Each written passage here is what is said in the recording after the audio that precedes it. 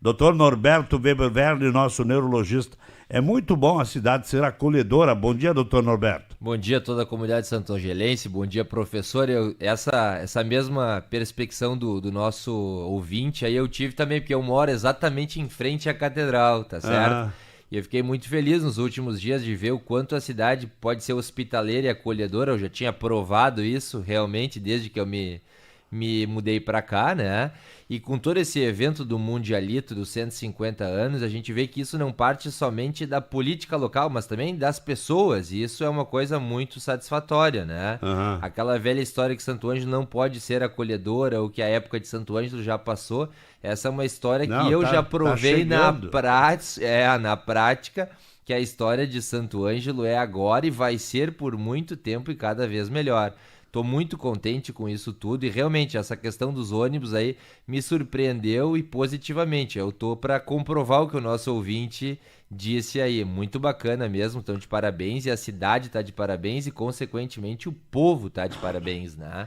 Muito legal. Doutor, como é que foi a semana aí? Nós tivemos, acho que 2 semanas aí, fizemos uma repercussão. O senhor fez uma explanação muito ampla sobre a apneia. O pessoal se ligou ou não? Com certeza. Então, esse foi um assunto que foi muito tratado, né? A gente falou também sobre refluxo, que foi bastante presente no consultório essa semana.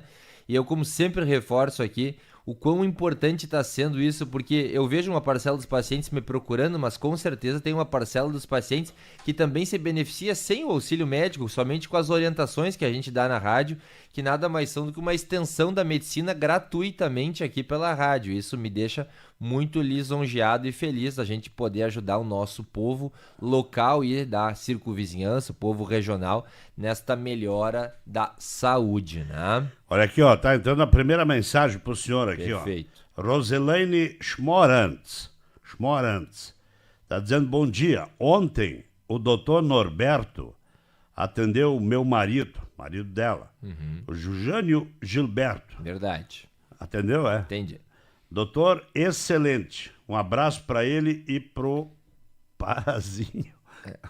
Olha aí, Parazinho hoje é tá o... todo mundo é colateral aqui, tá todo mundo ganhando, a equipe e o doutor Todo junto, mundo, né? todo mundo quer falar com o Parazinho hoje, sabe por quê? Por quê? Por causa do Luizito Soares. Olha, 3-0, 3 gols do Luizito, 4-3. É o homem mais falado no Brasil hoje, não tem pra ninguém. 19 minutos, 3 gols, né? Eu sou gremista, mas respeito total os colorados. Tô muito contente, acho que eu tô flutuando hoje aqui, hein? É verdade.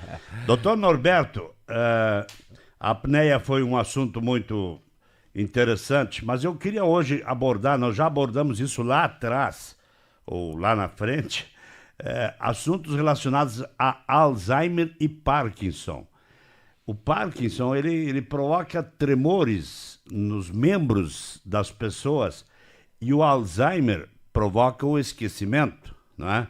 Existe uma relação de um com o outro ou são doenças totalmente separadas, digamos assim? Muito bacana essa pergunta. Essa pergunta também é uma pergunta de congresso médico. Essa é uma pergunta que até os médicos, consequentemente, estão cada vez mais atrás. Eu não sou nada de médico, mas... mas são perguntas muito inteligentes que estão sendo formuladas aqui na rádio para o povo esclarecer também, porque eles nos perguntam muito, doutor, eu tenho as duas doenças ou isso é uma confluência e um sintoma de uma com a outra? É um mix, é uma mistura? Como é que é isso? Então a gente sabe que a evolução de cada doença ela é individual. Cada paciente tem a sua própria evolução. Isso é uma coisa própria de cada um. Contudo, nas fases avançadas de ambas as doenças, ou seja, quando o Alzheimer está avançado, ele pode sim cursar também com tremor que simula o Parkinson, por tamanha perda de neurônios no cérebro, incluindo os neurônios da dopamina, que é o que causa a doença de Parkinson, né? A mesma coisa acontece com o Parkinson. O Parkinson inicia com lentidão, inicia com algum distúrbio do sono, né? Principalmente o transtorno comportamental do sono, que o paciente se mexe muito dormindo, né? Inicia com tremor, inicia com letra que começa a ficar cada vez mais miúda, mais pequena, porque o paciente tem dificuldade de manuseio com as extremidades. Então, atenção àqueles pacientes que já tinham a letra muito bonita e a letra está ficando muito pequena, né? Isso é um sinal de alarme também para a doença de Parkinson. No final, o Parkinson, devido à tamanha degeneração dos neurônios, também pode cursar com esquecimento. E isso não pode ser dito, o paciente tem Alzheimer e Parkinson. A gente diz sempre o que o paciente apresentou primeiro e o grau de evolução. Então, para o paciente entender e para os nossos ouvintes todos entenderem, né? As doenças elas podem se confundirem na fase final, né? Na fase final de avanço, né? Mas elas não são coadjuntas, né? Elas não iniciam juntas. Inicia uma e simula os sintomas da segunda nas fases avançadas, né? E aí nas fases avançadas, sim, o Alzheimer pode ter tremor e o Parkinson pode ter esquecimento. Tá, o Parkinson é originado por quê? A doença de Parkinson é uma doença, pessoal, que ela tem muito mais prevalência masculina, tá? Essa é a primeira coisa. A gente sabe que existe uma preponderância, uma predominância familiar / genética na doença, ou seja, se o meu pai tem, eu tenho um risco maior de ter, e por isso está aí o Ineuro para proporcionar os nossos testes genéticos. A gente consegue hoje, com a amostra de saliva, instantaneamente no Ineuro mandar isso para análise. A gente consegue extrair do DNA os genes que podem estar predispondo a esses quadros. Então, a genética é o principal. Claro que sozinha ela não é o suficiente, né? O sexo masculino provoca um risco maior por causa, objetivamente, do cromossomo Y, que as mulheres não têm, mas também por alguns comportamentos que os homens têm diferentes do tradicional, como, por exemplo, exposição rural intensa e exposição a agrotóxicos, né? Então, a gente sabe que a exposição rural, pacientes que vivem em zona rural têm mais doença de Parkinson, verdade, tá? Pacientes que se expõem a venenos, principalmente aquela agricultura tradicional, que antigamente a gente chamava, né, de plantio tradicional, que não era o plantio direto, em que tinha que gradear, patear, em que tinha que semear e depois tinha que tudo de novo, 2 ou 3 vezes mexer na terra. Então essa exposição à terra aumenta o risco. Aumenta o risco com a exposição de agrotóxicos, e uma curiosidade também que fica aqui é com água de poço, né? Então aquelas pessoas que não bebiam águas tratadas, que eram águas antigas de poço, se crê que seja por contaminação de agrotóxico na água do lençol, né? Mas isso sim tem um aumento de taxa de resposta na incidência de doença de Parkinson. Ou seja, quem mora em zona rural, do sexo masculino, é agricultor e se expõe à água de poço, geralmente tem um risco maior de desenvolvimento de doenças de Parkinson, deixando bem claro que o principal fator de risco é genético. Genético. Sem dúvida. Então é hereditário? Hereditário, contudo, não é aquela certeza. Por isso que a gente sempre comanda e confere o teste genético, até para afastar outras doenças. E o instituto qual eu presido tem esses exames e está à disposição aí. Então, hoje a gente já consegue trabalhar com uma medicina de excelência, né, pessoal? Medicina de excelência é aquela medicina em que não é a medicina do tapa nas costas e da receita, sem exame físico, né, sem conversa exaustiva, sem sentar, trocar uma ideia, oferecer um café, entender toda a história, porque muitos pacientes chegam ao meu consultório, seu Luiz, e aqui a toda a comunidade, assim, com tremores, tomando vários remédios para Parkinson sem ter Parkinson, né?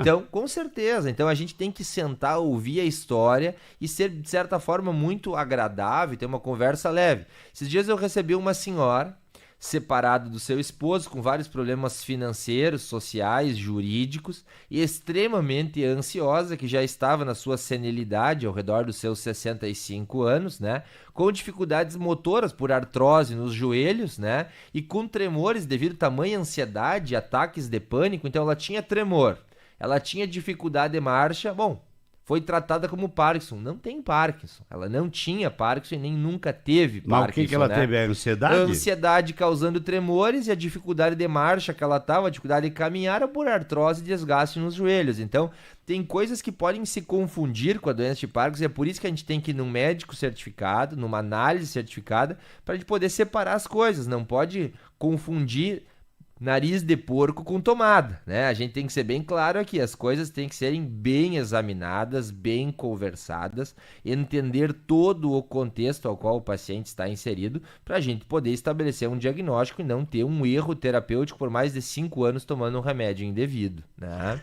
Doutor, aqui tem uma pergunta, um ouvinte está perguntando se o médico neurologista, não sei se está se referindo especialmente ao senhor, se o médico neurologista é o profissional indicado para detectar o mal de Parkinson. Sem dúvida, né? A doença de Parkinson é uma doença pura e exclusivamente neurológica. Ela começa dentro do cérebro e aí ela vai causando vários sintomas, dentre os quais tremor, o mais conhecido, né? É um tremor geralmente do punho e da mão, né? E é um tremor quando os pacientes estão desapercebidos. O que é desapercebidos? Ele está ali sentado, né, tranquilo, e aí tá olhando uma TV, não tá se cuidando e aí começa a tremer espontaneamente. Não é um tremor quando a gente, por exemplo, pega alguma coisa e começa a tremer. Então, a doença de Parkinson geralmente começa com um tremor quando o paciente está desapercebido, ou seja, um tremor sem ele estar ciente de que está tremendo.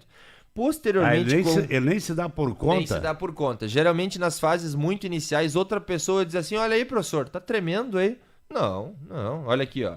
Aí, quando ele olha para a mão, ele consegue controlar o tremor. Daqui a pouco larga a mão, pega o jornal com a outra, e aí começa de novo o tremor unilateral. Diz, ó, tu tá tremendo de novo. Bah, agora eu percebi, né? Então, geralmente nas fases iniciais o tremor ele é assimétrico. O que quer dizer assimétrico? É mais de um lado do que do outro, ou só de um lado e não do outro nas fases iniciais.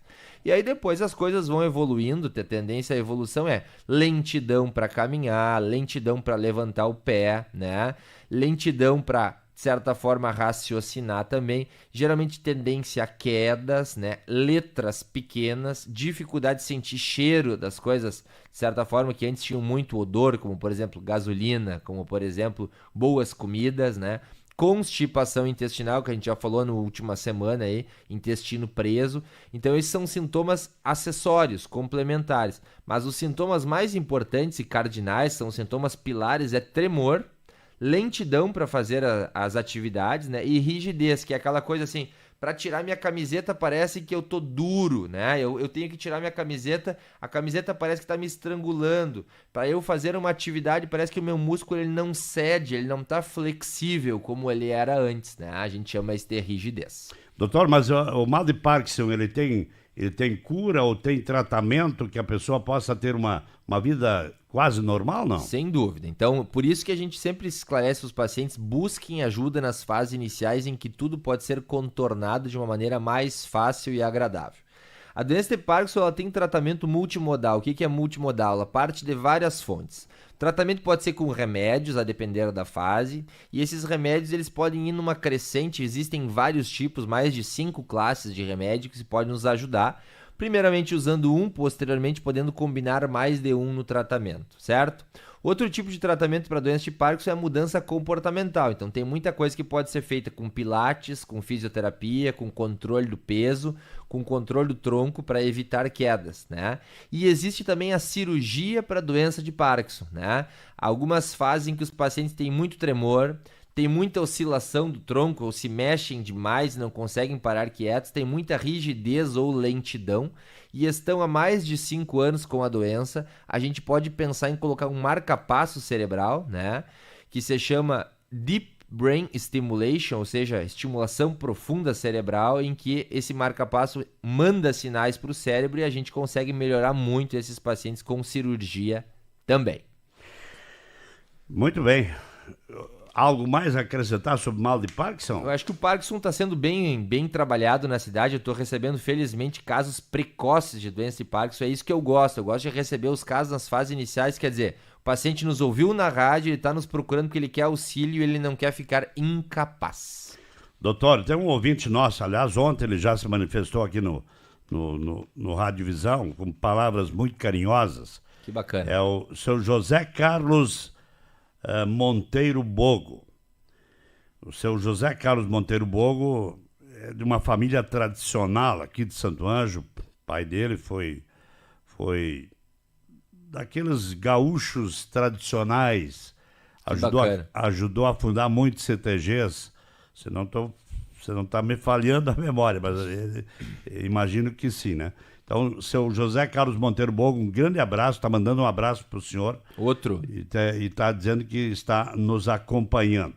Que bacana. Doutor, ficaram pendentes algumas questões da semana passada. Me lembro muito bem, né? E aqui tem uma outra pergunta.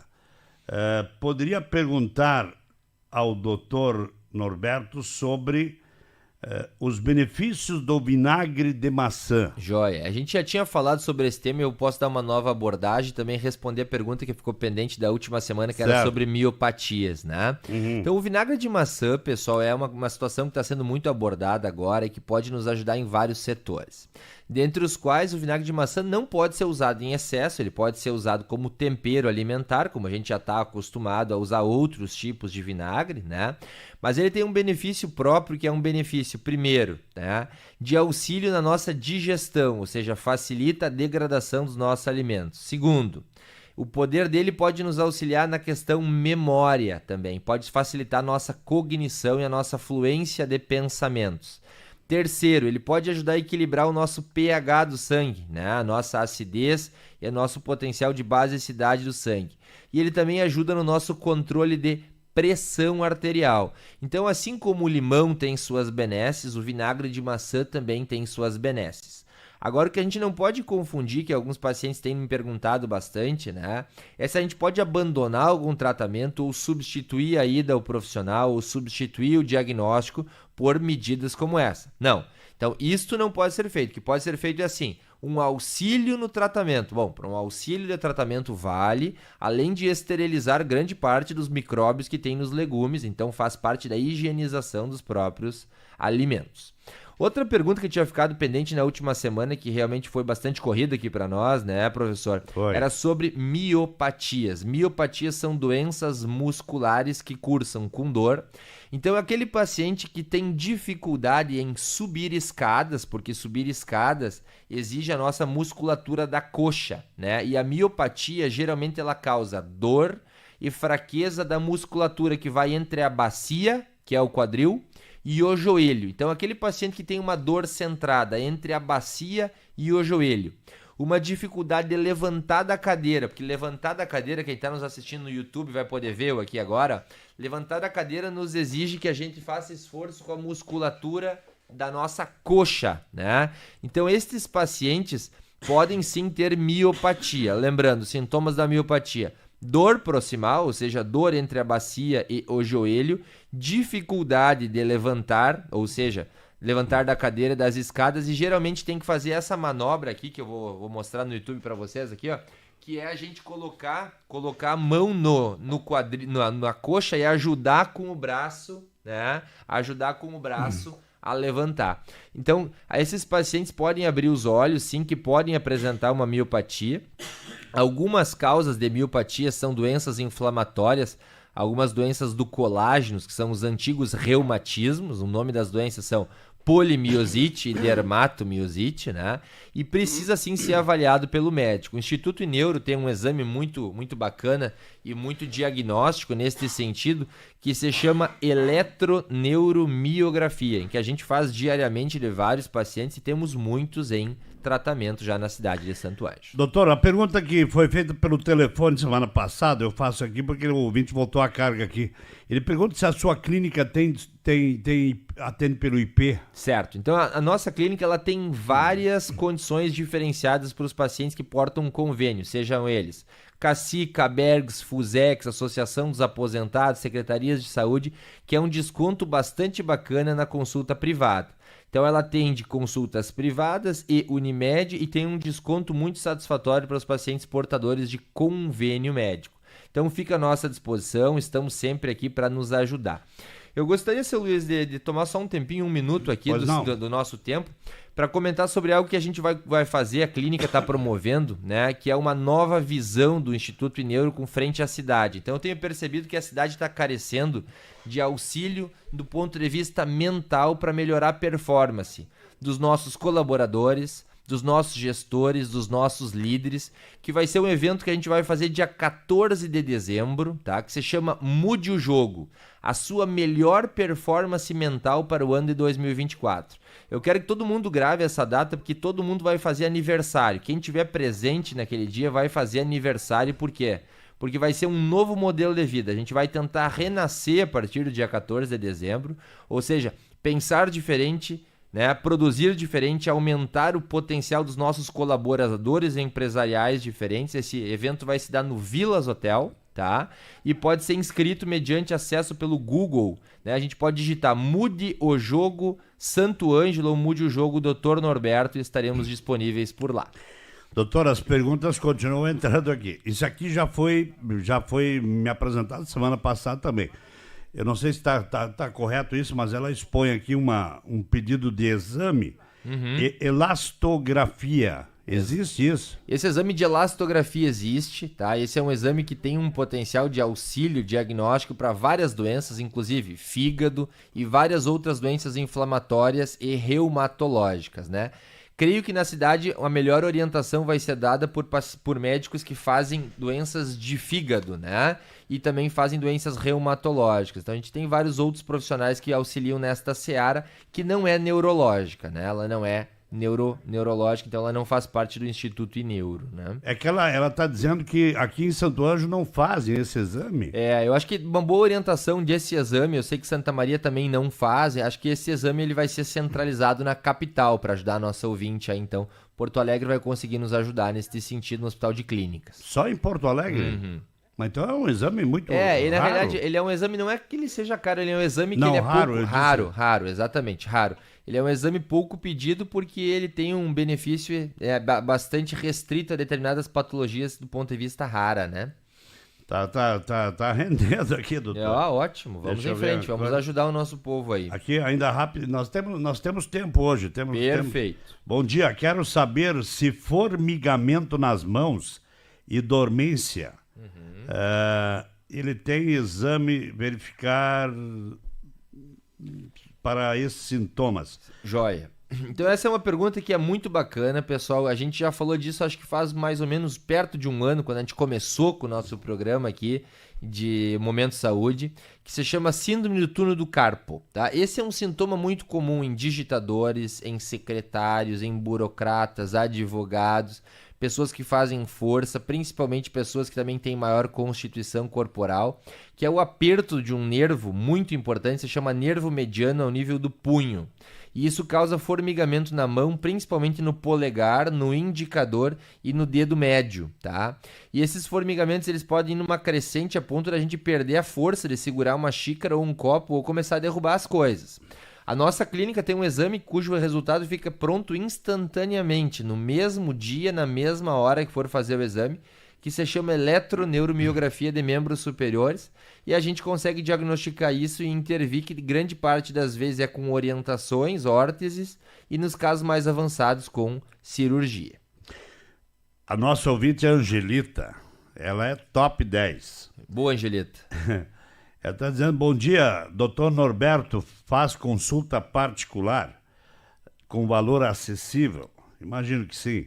Preciso urgentemente consultar com ele, diz a Angelita. Perfeito. Dona Angelita, então nós vamos fazer o seguinte, a senhora vai ligar no número 30 18 11 14, né? E as secretárias lá, que estão agora no número de 3, vão poder te ajudar nesse sentido, vão te instruir e nós vamos fazer o possível para ajudar na sua saúde aí. Então, 30 18 11 14, perfeito? Ela voltou a carga aqui para dizer, preciso investigar o motivo de tremedeira e dores no corpo. Perfeito, então a gente vai com certeza conversar contigo e estabelecer a principal causa que está causando todo essa sintomática, esse sofrimento seu e aliviar com certeza. Fica tranquila que isso tem jeito.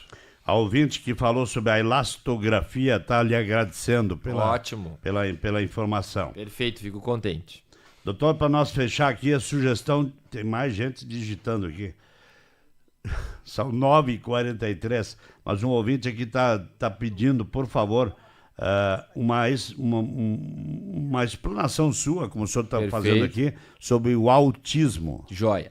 Então, assim, eu acho que esse pode ser o tema da semana que vem. Pode ser, certo? Vamos deixar agendado? Isso, vamos deixar agendado para a semana que vem a gente falar sobre autismo, e aí vai ser um tema muito bacana, que está numa crescente, e temos grandes novidades para isso, inclusive do ponto de vista político, o deputado Loureiro também tem trazido grandes coisas e grandes avanços com relação aos centros de referência que vão ser lançados no próximo ano aí, né? Angelita está agradecendo, está dizendo obrigado, Deus abençoe.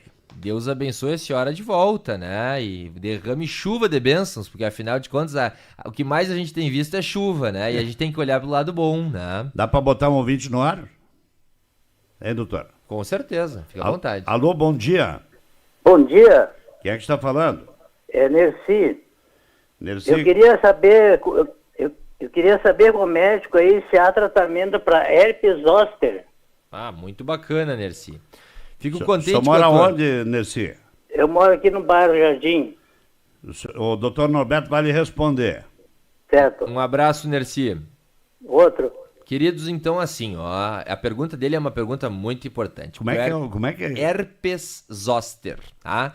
O herpes zoster é o nome técnico para o antigo cobreiro, tá? Então, O cobreiro. aquelas pessoas que falavam assim, me saiu o cobreiro, né?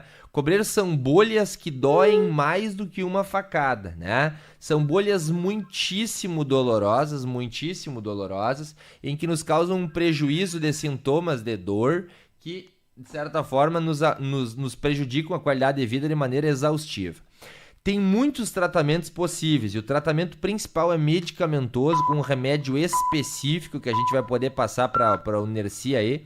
O remédio que mais ajuda se chama carbamazepina. Infelizmente ele tem uma venda restrita, então precisa de receita controlada, né? Mas a gente vai poder ajudar isso sim, porque a dor ela é insuportável, a dor ela é rasgante. Esse herpes geralmente ou sai no tronco, né, no peito, em volta do seio, aqui nas costas, ou ele sai no rosto. E em saindo no rosto, ele inclusive pode atacar a córnea e o indivíduo ficar sem a visão. Então isso é uma coisa que tem que ser vista, tem que ser tratada com urgência, se for na fase aguda com antivirais e se for só a dor crônica com carbamazepina, que vai nos ajudar muito no controle da dor. Parabéns pela pergunta, Nerci. Tá bom. Doutor Norberto, mais uma vez, muito obrigado pelo show. E deu para notar aí que tem muita gente que espera a sua presença aqui nas sextas-feiras.